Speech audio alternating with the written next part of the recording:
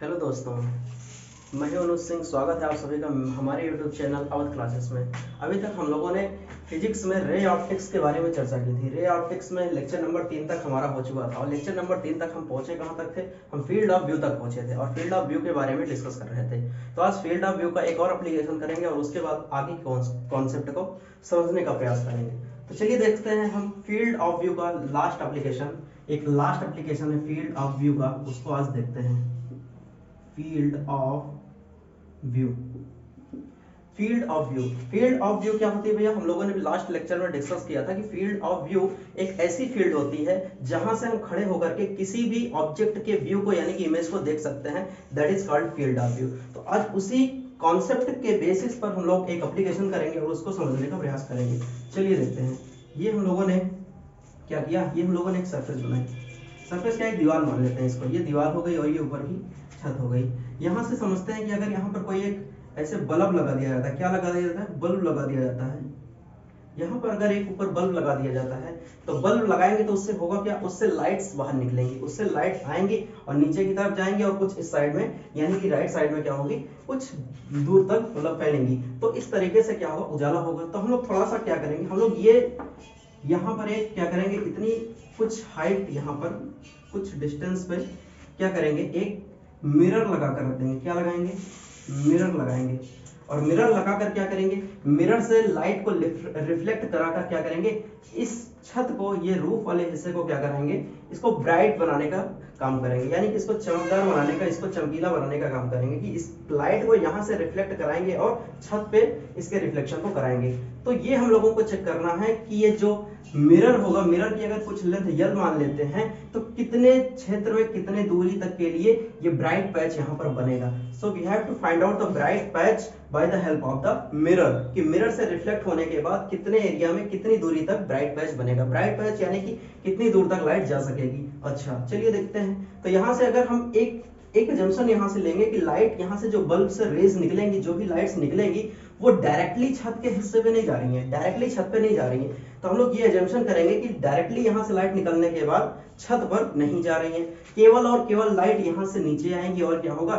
Mirror में reflect होंगी। Mirror से रिफ्लेक्ट होने के बाद क्या होंगी? ये ऊपर छत की तरफ जाएंगी और क्या बनाएंगी? ब्राइट पैच बनाएंगी। तो हम लोगों को वही निकालना है कि ब्राइट पैच का हिस्सा कितना होगा। चलिए देखते हैं। तो यहाँ से अगर रेज निकलेगी तो कुछ ऐसे रेज आएगी और ऐसे रिफ्लेक्ट होकर चली जाएगी। बिल्कुल सही है, यानी कि ये वाला हिस्सा कैसा हो जाएगा? ये वाला हिस्सा चमकदार हो जाएगा। अच्छा थोड़ा सा और आगे चलते हैं। तो यहाँ से ऐसे रेज आएगी और इस तरीके से चली जाएगी, यानी कि ये वाला हिस्सा, यानी कि ऐसे ही कंटिन्यू रेज निकल रहे हैं, यानी यहाँ भी आएगा तो यहाँ आएगा, यहाँ यहाँ यहाँ, और इस तरीके से ये वाला एरिया भी चमकदार हो जाएगा। उसी तरीके से अगर हम देखें थोड़ा सा, तो थोड़ा सा ये जो रेज है यहाँ से जो निकलेंगी वो फाइनली कितनी दूर तक जा सकती हैं? तो ये केवल और केवल कितनी दूर जा सकती हैं? कुछ इतनी दूर तक जा सकती हैं, कुछ इतनी दूर तक जाएंगी और यहाँ से रिफ्लेक्ट होने के बाद क्या होगा?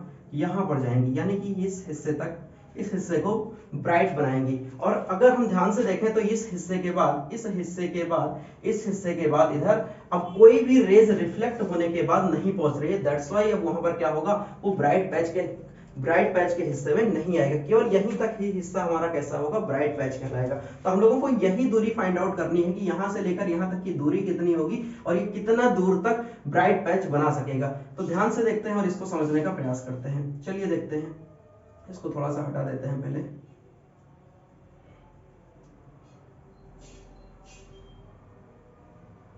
चलिए देखते हैं। यहाँ पर अब रेज इंसिडेंट हुई है, ये इस तरीके से रेज इंसिडेंट हुई है। तो रेज इंसिडेंट होगी तो क्या होगा? यहाँ पर एक बनाएंगे नॉर्मल, और नॉर्मल बनाएंगे तो क्या होगा? नॉर्मल बनाएंगे कुछ इस तरीके से। नॉर्मल बनाया और नॉर्मल के साथ क्या होता है? इंसिडेंट रे कुछ एंगल आई यानी कि एंगल ऑफ इंसिडेंट सबटेंड करता है, और वो एंगल किसके बराबर होता है? रिफ्लेक्टेड रे जो नॉर्मल के साथ एंगल सबटेंड करती है, that is angle of reflection. तो एंगल आई और एंगल आर क्या होते हैं? Angle I equals to angle R. ये हम लोगों ने लास्ट लेक्चर में सीखा था कि लॉज ऑफ रिफ्लेक्शन होते हैं कि angle I equals to angle R होता है। अच्छा चलिए देखते हैं, थोड़ा सा समझने का प्रयास करते हैं। ये लेंथ ऑफ मिरर दी हुई है, एल दिया हुआ है। यहाँ से अगर देखें तो ये कुछ हाइट एच है, कुछ हाइट एच मान लेते हैं। तो यहाँ से ये जो दूरी है, इस पॉइंट, अगर इसको ए माने, इस पॉइंट को बी माने, देन सी और देन डी मान लेते हैं। तो डी से बी तक की दूरी कितनी होगी? एच होगी, बिकॉज क्योंकि यहाँ से ये जो एच है ये इसी के पैरेलल है, तो दैट्स व्हाई यहाँ से क्या होगा? डीबी बराबर एच हो जाएगा। अच्छा चलिए देखते हैं, ये नॉर्मल है, ये सरफेस इस तरीके है, हॉरिजॉन्टल है, तो ये वाला एंगल कितना होगा 90 डिग्री होगा, दोनों साइड 90 डिग्री होगा। ध्यान से देखें तो ये एंगल एक 90 डिग्री। अगर दो ट्रायंगल्स को यहाँ पर देखें, एक ट्रायंगल है ADB, दूसरा है CDB, दो ट्रायंगल को ध्यान से देखते हैं, triangle ADB and triangle CDB। ध्यान से अगर देखें तो इसमें क्या है, एक एंगल 90 डिग्री का है जो कि दोनों ट्रायंगल्स में दिया हुआ है। एक एंगल ये 90 degree that is ADB and CDB, दोनों कैसे हैं 90 डिग्री हैं, तो एक एंगल यहाँ पर कॉमन मिल जाता है दैट इज 90 डिग्री। उसके बाद ध्यान से देखें तो एक एंगल I और angle R, angle of incidence equal to angle of reflection यहाँ पर दिया हुआ है, तो यहाँ से angle I equals to angle R भी हो जाता है by the laws of reflection. उसके बाद ध्यान से देखें तो DB एक ऐसी साइड है जो दोनों ट्रायंगल्स में, ADB एंड CDB दोनों ट्रायंगल में क्या कह रहा है मौजूद है, तो दोनों ट्रायंगल्स में मौजूद है, तो इससे क्या होगा कि एक साइड कॉमन आ जाती है दैट इज कौन सी side, DB equals to DB। कैसी साइड है ये, एक कॉमन साइड है। तो अगर हम ध्यान से देखें तो यहाँ से क्या मिल गया हम लोगों को, ADB एंड CDB, ये दोनों ट्रायंगल्स कैसे हो गए, दोनों triangle ADB congruent triangle CDB। तो यहां से हम लोगों ने क्या फाइंड आउट कर लिया कि ADB और CDB कैसे ट्रायंगल हैं, कॉन्ग्रुएंट ट्रायंगल है। अब कॉन्ग्रुएंट ट्रायंगल है तो यहां से क्या निकल पाएगा, यहां से हम एक चीज निकाल पाएंगे, एक वैल्यू निकाल पाएंगे कि भैया AC क्या है, AC क्या है, AC क्या है AD और DC से मिलकर बना हुआ है, जिसमें यहां से इतनी दूरी, मिरर की दूरी, अगर इसको कुछ E पॉइंट देते हैं तो E से B तक की दूरी L है, तो अगर E से B L है तो A से D भी कितना होगा, L ही होगा। अच्छा, तो यहां से अगर हम CPCD थोड़ा सा लगाएंगे तो CPCD के थ्रू क्या निकल कर आएगा, दोनों ट्रायंगल को कॉन्ग्रुएंट करने के बाद CPCD अगर हम लगाते हैं तो CPCD के थ्रू हमको एक यहाँ पर रिजल्ट मिल जाएगा that is result AD equals to DC, और AD इक्वल्स टू DC हो जाएगा तो यहाँ से किसके बराबर हो जाएगा, AD equals to DC equals to L, यानी कि जो ब्राइट पैच है वो A से लेकर C तक का है, यानी कि A से C तक की दूरी कितनी है, A से C तक की दूरी कितनी हो गई 2L, यानी कि 2L वाले हिस्से में ही क्या होगा, ब्राइट पैच बनेगा, यानी कि 2L हिस्से में ही क्या होगा, ब्राइट पैच यानी कि चमकीला हिस्सा बनेगा। तो क्या इसके आगे की तरफ कोई भी रेज नहीं जा रही, नहीं, क्योंकि मिरर के लास्ट हिस्से पर ही इंसिडेंट कराने के बाद ही ये रिफ्लेक्टेड रे मिली हुई है, इसके बाद कोई भी इंसिडेंट रे नहीं हो पाएगी, दैट्स व्हाई यहाँ पे ना रिफ्लेक्टेड रे आएगी, तो ये वाला हिस्सा आगे का चमकदार हो ही नहीं पाएगा। तो मैक्सिमम कितना हो सकता है AC, that is double of the length of the mirror. तो इस तरीके से फील्ड ऑफ व्यू का भी एक कॉन्सेप्ट यहाँ से एक और समझ में आ गया। तो फील्ड ऑफ व्यू को हम लोगों ने बहुत ही अच्छे से समझ लिया है। चलिए अब देखते हैं नया कॉन्सेप्ट है हमारा, कौन सा, डेविएशन का, एंगल ऑफ डेविएशन की, डेविएशन क्या चीज होती है, चलिए देखते हैं। चलिए देखते हैं डेविएशन।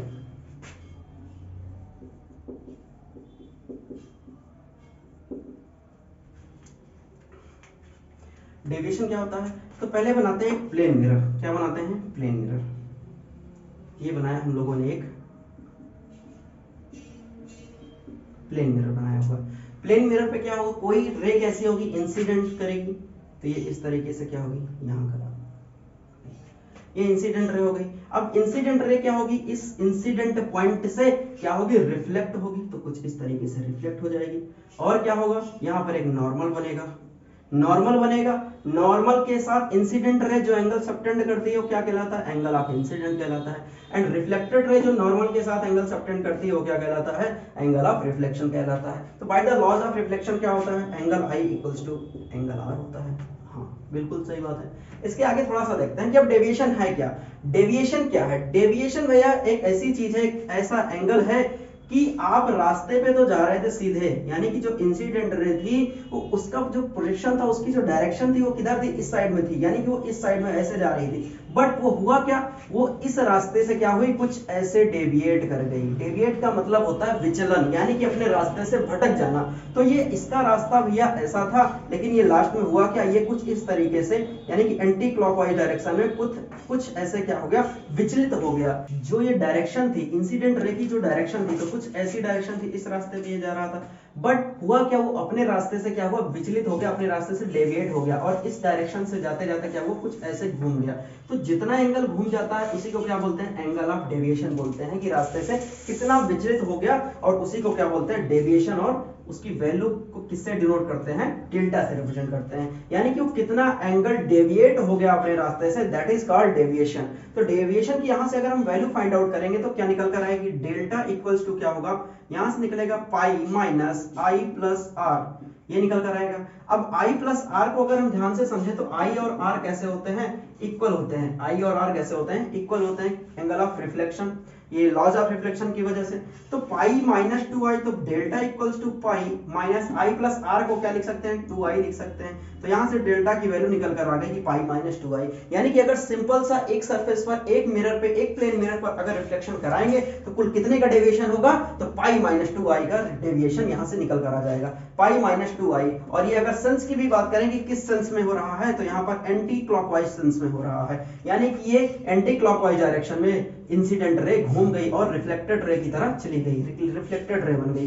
तो यहां से पाई माइनस 2i का डेविएशन निकल कर आ जाता है। चलिए इसके आगे देखते हैं और डेविएशन के कॉन्सेप्ट को थोड़ा और समझते हैं। चलिए इसके आगे देखते हैं।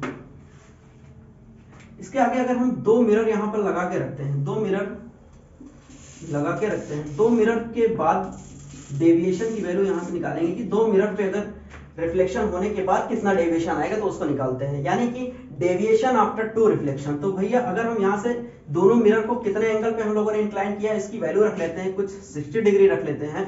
तो और यहाँ से एक रे इंसिडेंट कराते हैं जो कि कितना इंसिडेंट एंगल बना रही है, कितना एंगल बना रही है, ये बना रही है 30 डिग्री। कुछ भी ले सकते हैं, 30 डिग्री, 40 डिग्री, 50 डिग्री, कोई भी वैल्यू ले सकते हैं। 30 डिग्री पर एक इंसिडेंट रे यहाँ पर क्या हो रही है, इंसिडेंट कर रही है। उसके बाद क्या होगा, इंसिडेंट के बाद क्या होगा कि यहाँ से ये कुछ रिफ्लेक्ट करके इस तरीके से जाएगी और ये दूसरे मिरर पर इस तरीके से टकराएगी। इस मिरर को फर्स्ट नाम दे देते हैं और इस मिरर को सेकंड नाम दे देते हैं। तो यहाँ पर रिफ्लेक्ट होगी, यहाँ पर इंसिडेंट करेगी और इसके बाद इस सरफेस से भी क्या होगी, कुछ इस तरीके से रिफ्लेक्ट हो जाएगी। तो यहाँ पे नॉर्मल बनाएंगे तो ये ऐसे बनेगा, ठीक है। तो ये अगर 30 डिग्री आई एंगल कितना है, 30 डिग्री है, तो इसका आर भी यानी कि एंगल ऑफ रिफ्लेक्शन भी कितना होगा, 30 डिग्री का होगा। अगर इस ट्रायंगल को ध्यान से देखें, इस छोटे से एक ट्रायंगल को ध्यान से देखें तो ये 60 है, और तो ये वाला एंगल कितना हो जाएगा, ये नॉर्मल बनाया 30 डिग्री, तो ये बचा कितना, 60 डिग्री। अब इस ट्रायंगल को देखें तो 60 60, तो ये भी कितना होगा, 60 ही हो जाएगा। ये 60 होगा तो ये नॉर्मल है, ये नॉर्मल सरफेस के साथ कितना एंगल बनाएगा, 90 डिग्री का बनाएगा। और 60 अगर ये है तो ये बचा हुआ कितना हो जाएगा, 30 डिग्री हो जाएगा। यानी कि दूसरे सरफेस के लिए एंगल ऑफ इंसिडेंस कितना आ गया, 30 डिग्री आ गया, तो रिफ्लेक्शन का एंगल भी कितना आएगा, 30 डिग्री आ जाएगा। तो ये कुछ इस तरीके से डायग्राम बनकर आ जाता है। तो हम लोगों को निकालना क्या है, हम लोगों को निकालना डेविएशन आफ्टर टू रिफ्लेक्शन, यानी कि दो रिफ्लेक्शन होने के बाद, दो मिरर पे दो रिफ्लेक्शन होने के बाद कुल कितने का डेविएशन यहां से निकल कर आएगा। चलिए निकालते हैं। तो अगर हम यहां से बात करते हैं डेल्टा नेट की, तो डेल्टा नेट होगा क्या, डेल्टा नेट होगा डेल्टा 1 प्लस डेल्टा 2, यानी कि पहले वाले सरफेस से कुल कितना डेविएशन हुआ और दूसरे वाले सरफेस से कुल कितने का डेविएशन हुआ, दोनों को अगर हम ऐड कर लेते हैं तो नेट डेविएशन निकलकर यहां से आ जाएगा। चलिए देखते हैं। तो डेल्टा नेट की वैल्यू अगर हम लिखने का प्रयास करें तो डेल्टा 1 क्या होगा, डेल्टा 1 पहले वाले मिरर पे क्या होगा, डेविएशन की वैल्यू होगी। तो पहले वाले सरफेस पे अगर डेविएशन की वैल्यू निकालेंगे तो कितना निकल कर आएगा, पाई माइनस 2 इंटू आई की वैल्यू कितनी है, 30 डिग्री, यानी कि पाई बाई 6। तो ये हो गया फर्स्ट डेविएशन। और किस सेंस में है, ये सेंस कौन सा है, क्लॉकवाइज सेंस है। कौन सा सेंस है, क्लॉकवाइज सेंस में है। अच्छा, दूसरे वाले डेविएशन की बात करते हैं। तो दूसरे वाले डेविएशन की अगर बात करें तो कुछ इस तरीके से इंसिडेंट रे थी और वो इस तरीके से घूम गई, यानी कि डेल्टा 2 की वैल्यू ये है और डेल्टा 1 की वैल्यू ये है। तो यहाँ से अगर डेल्टा 2 की वैल्यू लिखेंगे तो क्या निकल कर आएगा, डेल्टा 2 की डायरेक्शन भी अगर हम देखें तो ये भी किस डायरेक्शन में जा रहा है, ये भी क्लॉकवाइज सेंस में है। क्लॉकवाइज सेंस में डेल्टा 2 की वैल्यू आ रही है, कितनी आएगी, तो पाई माइनस 2i, और i कितना है 30, तो पाई माइनस कितना हो जाएगा, pi minus 2 into pi by 6। तो यहां से कितना बनेगा, ये पाई बाई 3 हो जाएगा, ये कितना बनेगा, पाई बाई 3। और दोनों ही कैसे हैं, दोनों ही क्लॉकवाइज सेंस में हैं। तो थोड़ा सा इन दोनों को सॉल्व करते हैं। तो पाई पाई कितना हो जाएगा, ये निकल कर आ जाता है, पाई और पाई कितना हो गया, 2 पाई हो गया। माइनस करते हैं, पाई बाई 3 और पाई बाई 3 मिलकर कितना बन जाएगा, minus 2 pi by 3, minus 2 pi by 3। दोनों को अगर हम सॉल्व कर लेते हैं तो यहाँ से कितना निकल कर आ जाता है, यहाँ से निकल कर आ जाएगा 4 पाई बाई 3। और 4 पाई बाई 3 किस सेंस में, तो क्लॉकवाइज सेंस में। क्लॉकवाइज सेंस में डेल्टा नेट की वैल्यू यहाँ से कितनी निकल कर आ गई, यहाँ से डेल्टा नेट की वैल्यू आ गई 4 पाई बाई 3 और क्लॉकवाइज सेंस में आई है, क्लॉकवाइज सेंस में 4 पाई/3 को अगर हम डिग्रीज में कैलकुलेट करते हैं तो कितना हो जाएगा, पाई की जगह 180 डिग्री रख देते हैं तो कितना हो जाएगा 64 × 240, यानी कि ये 240 डिग्री किस सेंस में है, क्लॉकवाइज सेंस में है। अच्छा भैया, यानी कि क्लॉकवाइज सेंस में ये कितना घूम गई है, 240 डिग्री। तो अगर इसका रिवर्स एक दूसरा क्वेश्चन पूछते हैं कि डेल्टा नेट की ही वैल्यू तो आएगी, अगर हम इसको एंटी क्लॉकवाइज सेंस में निकाल लेते हैं, क्लॉकवाइज सेंस में तो 240 डिग्री आई है, तो एंटी क्लॉकवाइज सेंस में यानी कि वो एंटी क्लॉक कितना घूम के उस डायरेक्शन में पहुंच पाएगा। तो अगर बात करें यहां से ऐसे जा रहा था और इस तरीके से पहुंचने में कुछ इस तरीके से इतना घूमने पर 240 डिग्री क्लॉकवाइज घूमा है, तो एंटी क्लॉकवाइज अगर घुमाते तो ऐसे ही पहुंच जाते। तो एंटी क्लॉकवाइज कितना घुमाना पड़ेगा, तो 2 पाई - 240 यानी कि 360 - 240 degree, that is 120 degree anti clockwise direction में। किस डायरेक्शन में, एंटी क्लॉकवाइज डायरेक्शन में यहां पर घुमाना पड़ेगा। चलिए थोड़ा सा और आगे चलते हैं, एक और ऐसे ही दूसरे कॉन्सेप्ट को समझते हैं। कॉन्सेप्ट यही होगा, कॉन्सेप्ट यही डेविएशन का ही होगा, एक और इस पर एप्लीकेशन करते हैं और उसको समझते हैं। ठीक है, एक और एप्लीकेशन करते हैं डबल मिरर लगाकर, यानी कि डेविएशन आफ्टर 2 रिफ्लेक्शन का एक और एप्लीकेशन करते हैं। चलिए देखते हैं। चलिए, तो डेविएशन आफ्टर 2 रिफ्लेक्शन, बस अब इस बार क्या करेंगे, इस बार हम जो इंक्लाइंड एंगल था दोनों मिरर के बीच का उसको चेंज करेंगे और एंगल ऑफ इंसिडेंस को थोड़ा सा चेंज करेंगे। ये बनाया हम लोगों ने मिरर, एक मिरर, ये वाला फर्स्ट हो गया और ये वाला सेकंड हो गया। यहां से कुछ वैल्यू कितनी रख देते हैं, यहां से वैल्यू रख देंगे कितनी, यहां से रख देते हैं 30 डिग्री। कितनी रख देंगे, 30 डिग्री, यानी कि दोनों मिरर के बीच का कितने का एंगल हम लोगों ने बनाया है, यहाँ पर कितना इंक्लाइंड एंगल है, 30 डिग्री का है। अब रे को यहाँ से क्या कराएंगे, इंसिडेंट कराएंगे, और इंसिडेंट एंगल हम लोग वही रखते हैं, इस बार भी कितना रखेंगे, 30 डिग्री रखते हैं। तो यहाँ से क्या होगी, रे अब रिफ्लेक्ट होगी, रिफ्लेक्ट होकर क्या करेगी, इस सरफेस पे आएगी, इस सरफेस पर आएगी तो कुछ इस तरीके से आएगी, इस तरीके से आएगी, तो यहाँ से क्या होगा, ये भी एंगल 30 डिग्री का बनेगा। अब बात यहाँ पर देखनी है कि ये वाला एंगल कितना आएगा, ये 30 है तो ये कितना बन जाएगा, 60 डिग्री आ जाएगा। ये अगर 60 डिग्री आएगा तो ये 30, ये 60, यानी कि एंगल कितना हो गया, 90 डिग्री। अच्छा, यानी कि अगर ध्यान से समझें तो भैया सरफेस का जो नॉर्मल होता है वो सरफेस से 90 डिग्री का एंगल सबटेंड करता है, यानी कि जो रे आ रही है ये क्या हो रही है, ये नॉर्मल के अलोंग आ रही है या फिर नॉर्मल के पैरेलल आ रही है। तो अगर ये नॉर्मल के अलोंग आ रही है तो यानी कि ये नॉर्मल के साथ कितना एंगल सबटेंड करेगी, एंगल आई इक्वल्स टू कितना बनाएगी, एंगल आई इक्वल्स टू 0 हो जाएगा। दूसरे सरफेस के लिए एंगल आई 0 तो एंगल आर कितना हो जाएगा, 0 हो जाएगा, यानी कि ये लाइट ऐसे जाएगी इसी रास्ते और इसी रास्ते पे वापस आ जाएगी। क्यों, क्योंकि आई 0 है तो आर भी 0 होगा, और इस वजह से ये इसी रास्ते को ट्रेस, मतलब कि अपने रास्ते को ट्रेस कर लेगी, उसी रास्ते पे वापस आ जाएगी, और वापस आएगी तो ऐसे टकराएगी फिर इसी रास्ते चली जाएगी। यानी कि अगर हम इसकी बात करें तो इसमें कुल डेविएशन कितने का निकल कर आता है, तो कुल डेविएशन कितने का निकल कर आएगा, यानी कि रे तो कुछ ऐसे जा रही थी, रे कुछ ऐसे जा रही थी और वो घूमकर किधर जाने लगी, ऐसे जाने लगी, ऐसे जाने लगी। यहां पर अगर हम बात करें तो यहां पर अगर हम 2 रिफ्लेक्शन के बाद डेविएशन की वैल्यू निकालेंगे तब भी डेविएशन की वैल्यू आ जाएगी, बट यहां पर कुल मिलाकर 3 रिफ्लेक्शन हो रहे हैं। कितने रिफ्लेक्शन हो रहे हैं, 3 रिफ्लेक्शन। क्यों, क्योंकि एक बार लाइट आई, इस सरफेस पे टकराई, यहां से रिफ्लेक्ट होकर इस सरफेस पे गई, फिर इस सरफेस पे क्या हुई, टकराने के बाद रिफ्लेक्ट हुई और वापस फिर इसी सरफेस पहले वाले मिरर पर आई और फिर से ऐसे रिफ्लेक्ट होकर चली गई, यानी कि यहां पर 3 रिफ्लेक्शन हो रहे हैं। कितने रिफ्लेक्शन हो रहे हैं, 3 रिफ्लेक्शन। तो अगर यहां पर डेविएशन की वैल्यू निकालें, डेविएशन आफ्टर 3 रिफ्लेक्शन, क्यों, क्योंकि यहां 3 रिफ्लेक्शंस हो रहे हैं, तो अगर डेविएशन आफ्टर 3 रिफ्लेक्शन की वैल्यू निकालते हैं तो कितनी निकल कर आ जाएगी, रास्ता ये था पहले जाने का, यानी जा कुछ ऐसे रही थी और 3 रिफ्लेक्शन होने के बाद कैसे जा रही है, अब ऐसे जा रही है। यानी कि अगर ध्यान से देखें तो क्लॉकवाइज बोलो या एंटी क्लॉकवाइज बोलो, दोनों ही डायरेक्शन में कितने डिग्री घूम गया है, पाई, यानी कि 180 डिग्री घूम गया है। कितना घूम गया है, 180 डिग्री घूम गया है। चलिए भैया, अगर वीडियो अच्छा लगा है तो वीडियो को लाइक करिए और वीडियो को शेयर करिए, चैनल को सब्सक्राइब करना ना भूलें, जितना ज़्यादा से ज़्यादा हो सके चैनल को शेयर जरूर करें। धन्यवाद।